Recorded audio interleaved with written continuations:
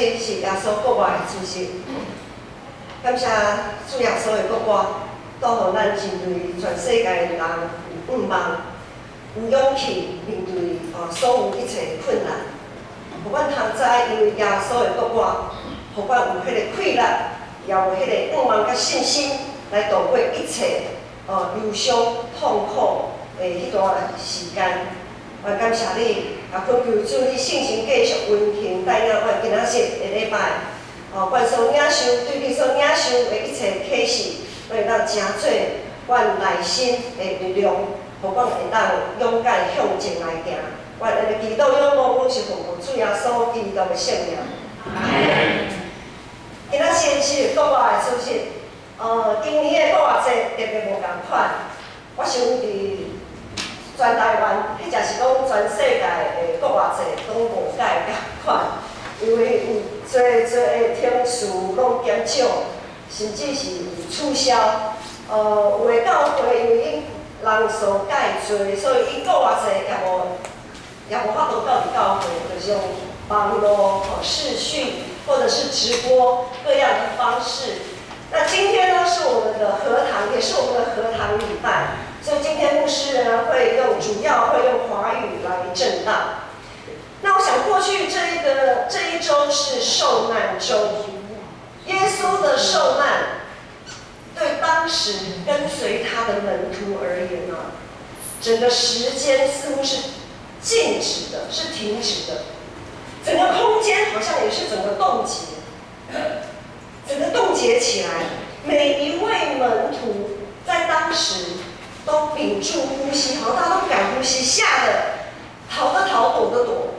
就好像我们现在武汉，因为这样子的武汉肺炎这样的疫情，很多国家城市都封城，都禁止外出，造成许多城市的封闭，也造成全世界在各地各处各角落，好像呈现一个完全静止停摆的一个状态。那些跟随耶稣的门徒当时所经历的，几乎是一种全人的绷紧。他们无法想象，大家都规组害了了，因所面对的这的艰苦，规组害了了，他们没有办法，他们的整个灵魂好像整个被抽离了一样。他们在一夕之间，他们所相信的，好像通通瓦解。如果有玩过那个叠叠乐的弟兄姐妹应该就知道，如果叠叠乐从下面抽出一个最主要的那个木条，整个就是倒，整个都是崩坏。这就好像公司的主要的一个出资者，他突然把他的资金抽离，也很像一个长期背负贷款的社会工作者，突然他到了公司，突然发现，公司怎么恶性倒闭？这样子的情况，又好像一个原本身强力壮、正值青春的青年，突然被医生宣告说，你只剩下不到1个礼拜的生命，就是非常突然的。大家讲梦影，你当初耶稣受定死是这个定的时阵，所有的温度就好像经历一场风暴。门徒只剩下空空的躯壳，他们整个灵魂都被抽走。这个躯壳，这个空壳子呢，就像被挂在半空中，被风任意的摇摆吹动。就好像耶稣在生前的预言他被钉死在十字架上，3天以后他复活了。耶稣果然复活了，但是当目击者跑去跟那些门徒报信的时候，那些门徒其实无法相信，他们还没有回神他们的时间、他们的记忆还停留在耶稣被钉十字架的那个时候，他们的时间、他们的记忆还停留在那场灾难里面，他们还没有回过神来。然而复活的耶稣并没有对他们失望，复活的耶稣一次又一次的主动走向他们，向他们显现。耶稣一次又一次的去找他们，那一群在耶稣被钉十字架受难的时候，那群绕跑的门徒，本来口口声声说：“主啊，我会跟随你，无论未来如何，我总是会跟随你。”但是还是绕跑。从耶稣复活到升天前后大概40天的时间，复活的耶稣不断地向这些门徒显现，向他们见证圣经中凡指着耶稣所说的一切都确实应验。耶稣确实受难，被钉十字架，但是他也确实是复活了。今天的这段经文是复活的耶稣在升天之前最后一次向门徒显现的这段经文，也是耶稣复活的耶稣在升天之前与门徒最后的约定。我们一起来看一下，在周报的后面也有16节到17节这么说：11个门徒往加利利去，到了耶稣约定的山上，他们见了耶稣就拜他，然而还有人疑惑。一讲到山上，就让那一群门徒，那一群犹太人会联想到什么？联想到在旧约时代，上帝如何在西奈山上向摩西启示他自己，并且颁布了10条诫命。那么在耶稣还道成肉身，在耶稣侍奉的期间，我们在读福音书就知道耶稣在山上怎么样改变了形象，登山变貌。上帝在山上向他的门徒，向耶稣的门徒启示耶稣的身份，启示耶稣是上帝的爱子，大家你们都要听他，而且要跟随他。然后在耶稣复活之后，耶稣跟门徒相约在加利利，在加利利的一座山上碰面。山上又意味着耶稣要再一次的向门徒来启示，而加利利呢，也是耶稣呼召门徒的一个起点。这个时候，门徒抱持着怎么样的一个心情，抱持着怎么样的态度，要前往加利利的一个山上跟耶稣赴约呢？经文里面告诉我们说，还有些门徒还是有人疑惑，还是有人无法抽离那个恐怖的记忆。我们人都很难抽离过去过往的一些苦难的记忆。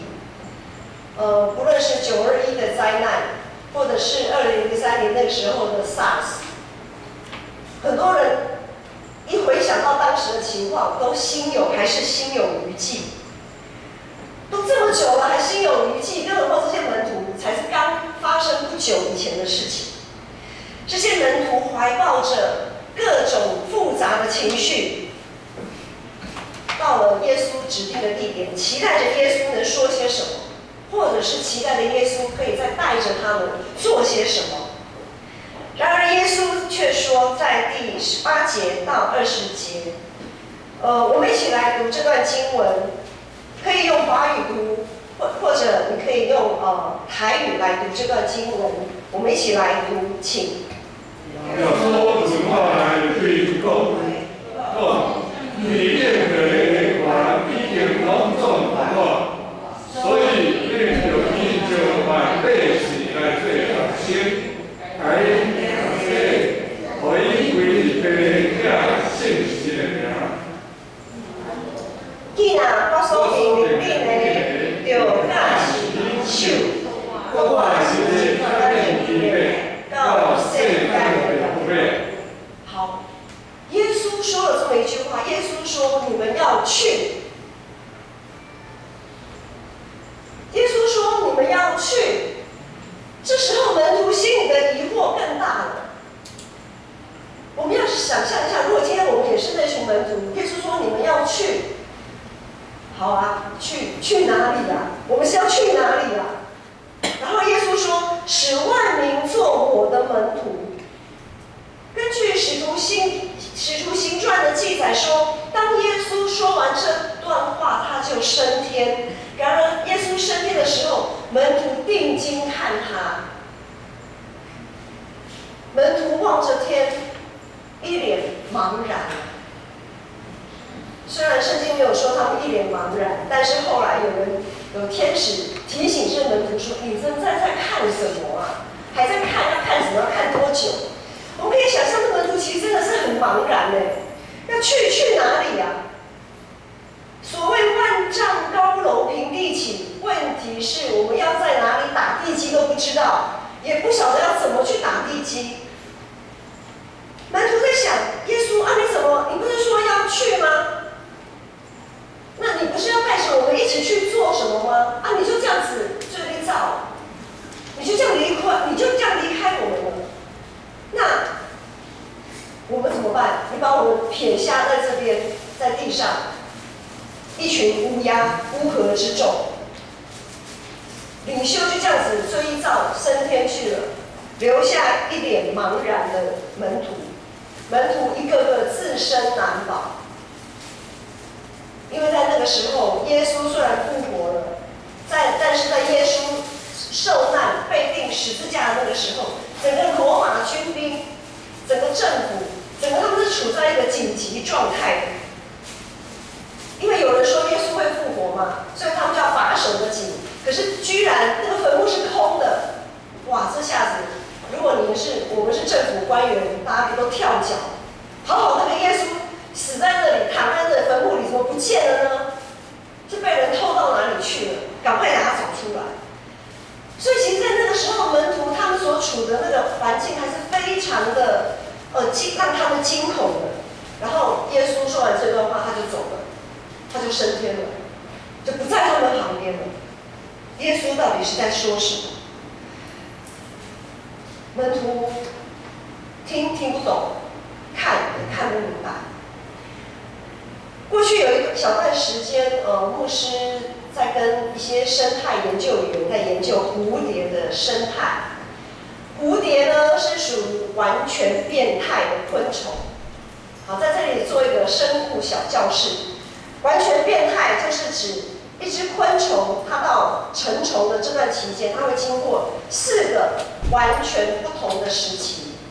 第一个时期是虫卵，然后呢，虫卵呢变成幼虫，就是我们所谓的毛毛虫的幼虫，然后呢再变成蛹，或者是蛹的外面会包覆一层茧，最后呢就羽化成为蝴蝶。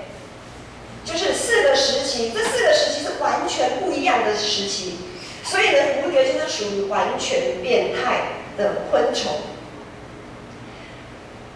耶稣的门徒啊，在耶稣受难、复活、向他们显现的这段期间呢，门徒的内心里所经历的，就好像是蝴蝶，它如何从化蛹期一直到羽化成蝶的那个过程，那个是一个充满未知、完全摸不着头绪的一个情况下，蝴蝶借着造物主的手，不断的在蛹的里面改造更新。我们真的很难想象，一只毛毛虫如果从卵里面出来变成毛毛虫，我们都还蛮能理解的。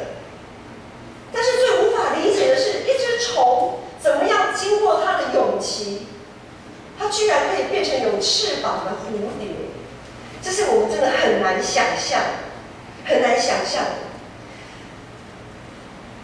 然而，一只毛毛虫怎么经过蛹期，然后可以化蛹成蝶的这个过程呢？这个羽化的过程相当的关键。蝴蝶它必须靠着自己的力量，从破裂的那个蛹壳里面爬出来。我们不能说在旁边的观察员不能说啊，这个蝴蝶很辛苦那个蛹壳就裂那么一个缝，我就帮它抽出来好了，它就没有那么辛苦。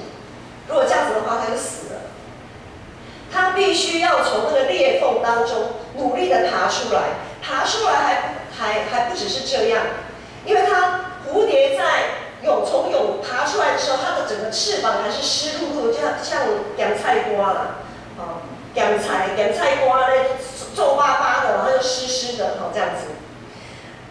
整个是它的翅膀其实是处在一个纠结的状态。然后呢，在这个蝴蝶最脆弱的时候，它还是必须要靠着自己，别人没有办法帮它。我们如果只要一出手帮它，它还是死，它的结局就是死。因为它的结局就是没有办法撑开它的翅膀，它没有办法撑开翅膀，它就没办法觅食，它很快它就死亡了。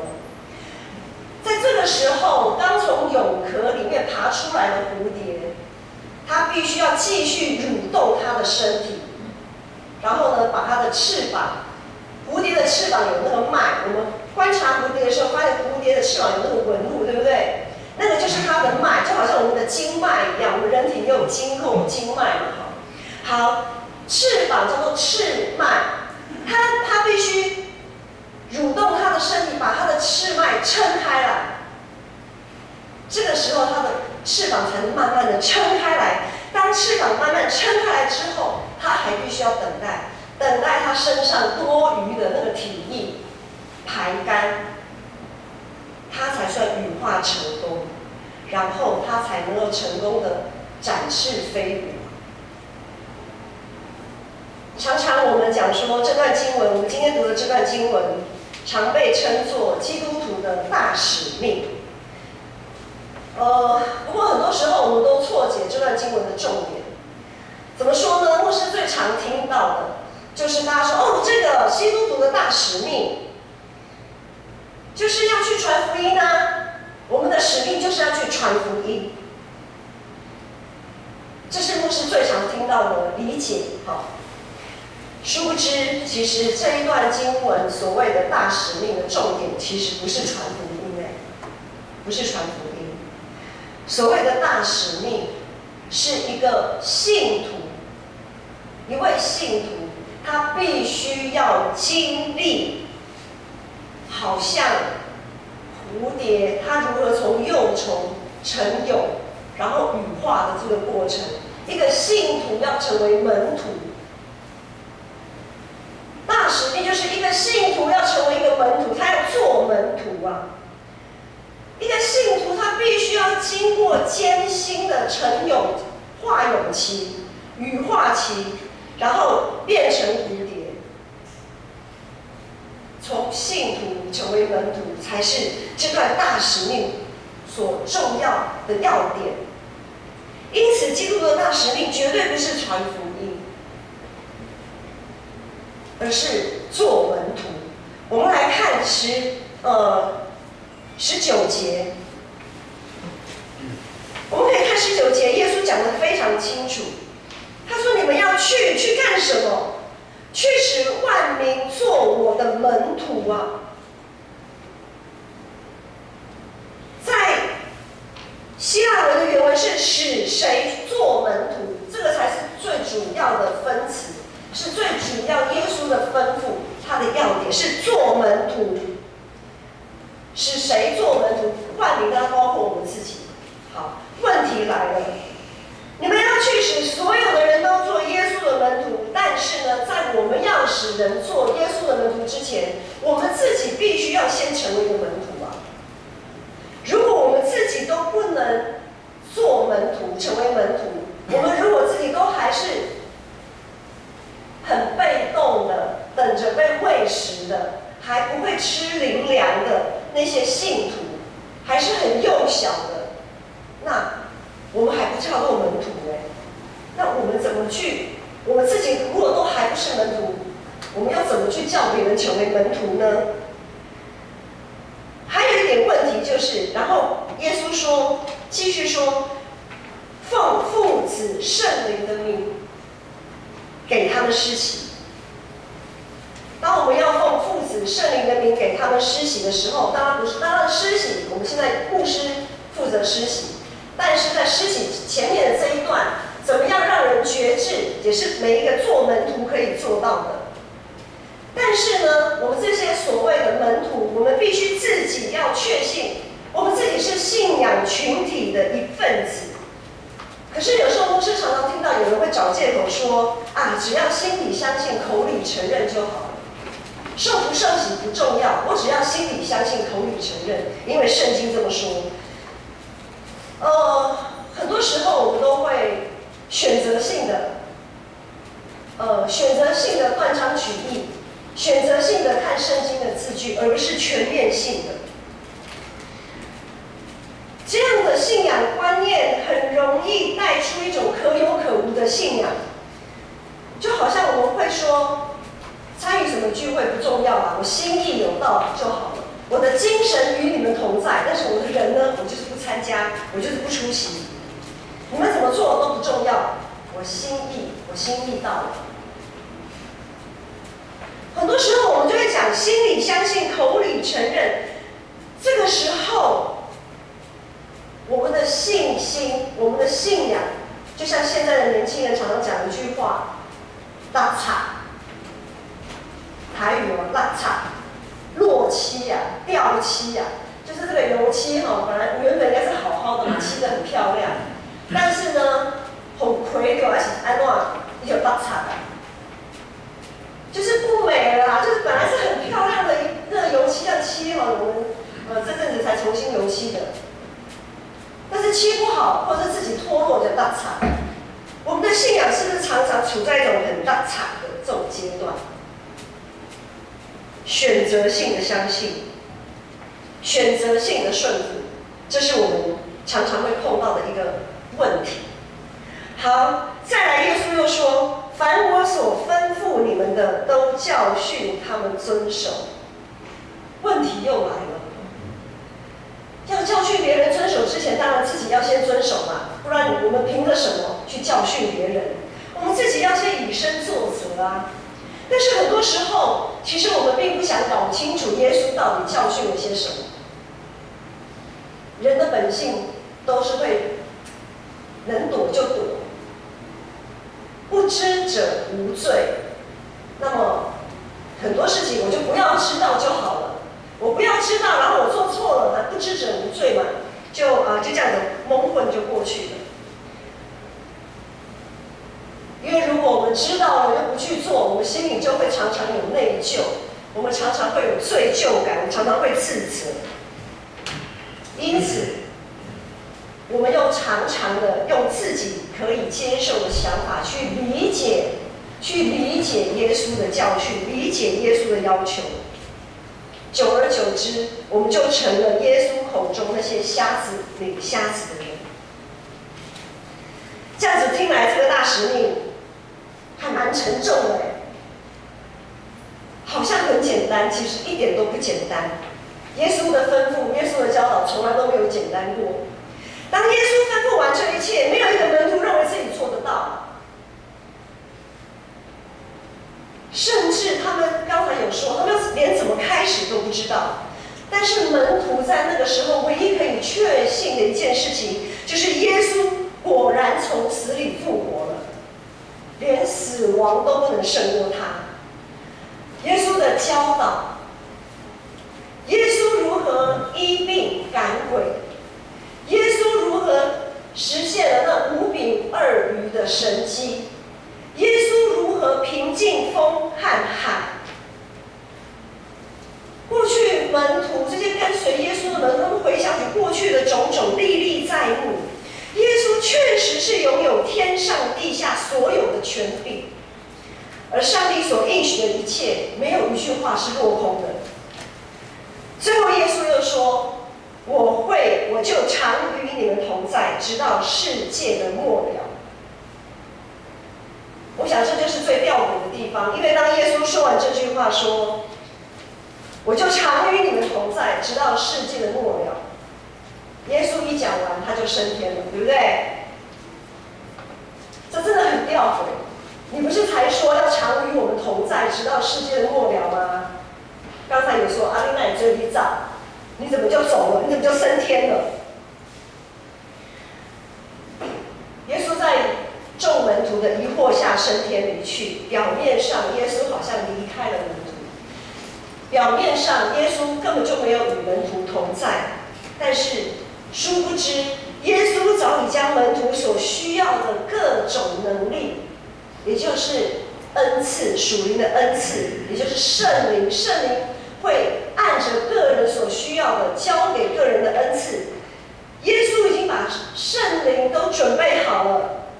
感谢主，耶稣基督复活的大能，催逼着这一群还胆怯、摸不清头绪的门徒，他们仍然聚集在一起。耶稣复活的大能催逼着这些充满疑惑的门徒聚集在一起。这些门徒这个时候没有让耶稣失望，他们果然一同等候领受父所应许的圣灵。我们再来读一次耶稣吩咐门徒的这一段大使命，我们读19节到20节就好了。我们可以用华语，也可以用台语，我们一起来读，因为这句话也是对我们说的。19、20节，我们一起大声来读，请。所以愿就是就类似咱这些，因行洗礼，互因归你的囝现成的名，既然我所认定的，就暂时应受，我是因这记的，到世上有备。好，在混乱当中，专注力就很重要。好，其实牧师也有点故意让你用2种语言，所以当我们在朗读自己的语言的时候，你要非常的专注，不然你就会被别的其他的语言给拉去了哈。好，当耶稣这样子吩咐门徒的时候，或许我们也曾经像那些门徒一样，对自己能做到什么程度充满疑惑。不知道从何开始，我们的下一步要去哪里呀？他们现在是在加利利的山上啊，然后呢？但是我们必须要对耶稣有信心，因为圣灵会引导我们要往哪里去。耶稣他也知道我们每一个人能背负的担子有多重。就在耶稣的保守跟带领底下，在圣灵保惠师在我们生命里面的引导、跟感动、跟催逼底下，我们总是知道我们可以为主做些什么。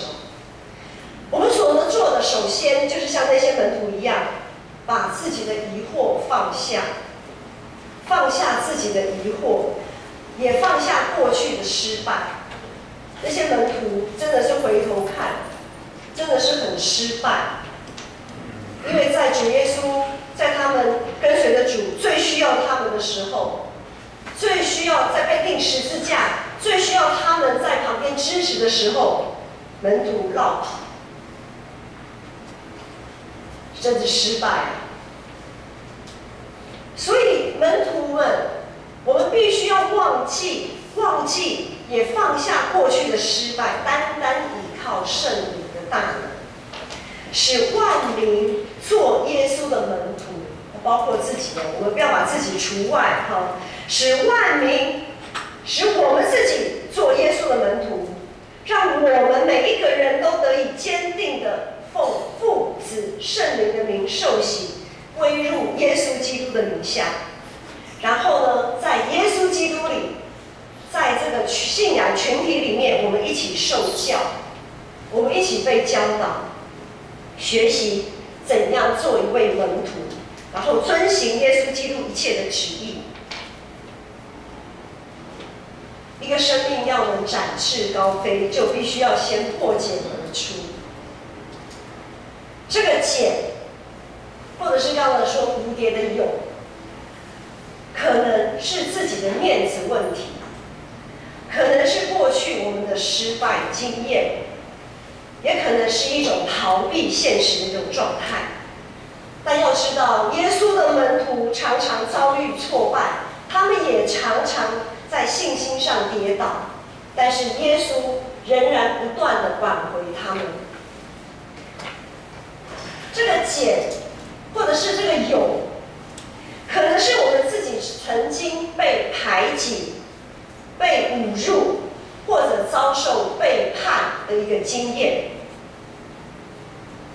但是在上一个礼拜，一节牧师的讲道经文里面有说，当约翰雅各跑去跟耶稣说我要坐在你的左右的时候，耶稣说没有错，我要喝的杯，你们也要喝。然而我们都知道，每个人的苦杯，那个苦的程度是不一样的，每个人十字架的大小也不一样。牧师很怕喝中药，可是敢喝中药的人就说不会啊，这个怎么会苦呢？一点都不苦。可是对我来讲，我连闻那个气味我都觉得无法忍受。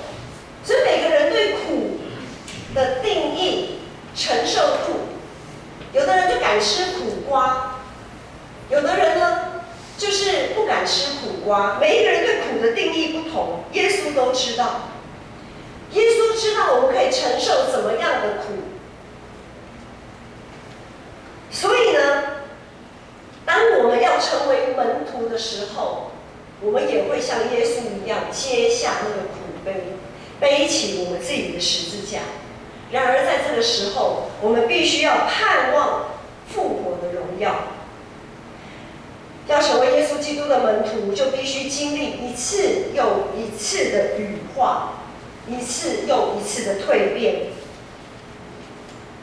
当我们从信徒成为门徒的时候，我们不只是可以背负自己的担子，我们还可以分担别人的担子，彼此相爱，做多人的赎价，挽回更多失散的灵魂。下个月5月10号，5月第2个礼拜天，我们要进行4年1度的长职改选。要想成为教会的长职，就必须要先做门徒，了解、遵行耶稣基督的旨意，背起自己的十字架。当然，像那些跟随耶稣的门徒一样，他们都不完全是充满信心跟能力才接下这个担子的，他们是在非常彷徨疑惑当中接下耶稣所托付的一切。所以呢，各位弟兄姐妹，每一个人都可能在选举的那一天接受上帝的呼召，成为教会的长职。如果是这个样子，那么今天的这段经文可以鼓励大家，不要怕，只要信。虽然我们可能在充满疑惑跟胆怯中领受了上帝的呼召，但是我们可以靠着圣灵的能力来向前。我们可以在自己的胆怯中展现那芥菜种可以移山的信心。再小的信心也是信心。耶稣说：“你们的信心如果像芥菜种一样，你们就一样可以移山了。”过不多久，小会就会公告这一次可以候选的名单。盼望每一位候选者，你们所凭借的不是自己有多少能耐，不是凭借着自己有多少恩赐才干，而是凭借着对上帝呼召的绝对顺服，凭借着对耶稣基督十架复活的信心。在选举前的这个期间，我们就要像那些门徒一样，不论是有选举权还是有被选举权的弟兄姐妹们，我们都要心灵诚实的一起用祷告耐心等候圣灵的带领。10万名做门徒，或者我们说做门徒，是我们基督徒终其一生的呼召跟使命。从我们受洗成为基督徒到成为门徒的这个时刻，就好像期待破茧而出，期待化蛹成蝶这样子的喜悦，这样子美好的刹那。虽然在这个时间点，在这个时刻充满许多的未知，但是千万不要因为担心，不要因为害怕而停滞在那里，总要靠着圣灵的大能，靠着以马内利始终与我们同在的耶稣，一起完成天父所交托我们给我们的使命。我们一起来祷告。阮上帝，阮感谢你，感谢主你赏赐信心的大快乐，互阮每一个人，要奉爸囝信心的名，受洗的进入到伫主你的殿的内面的时阵，当阮诚做天国的主人的时阵，主，你无轻看阮的软弱，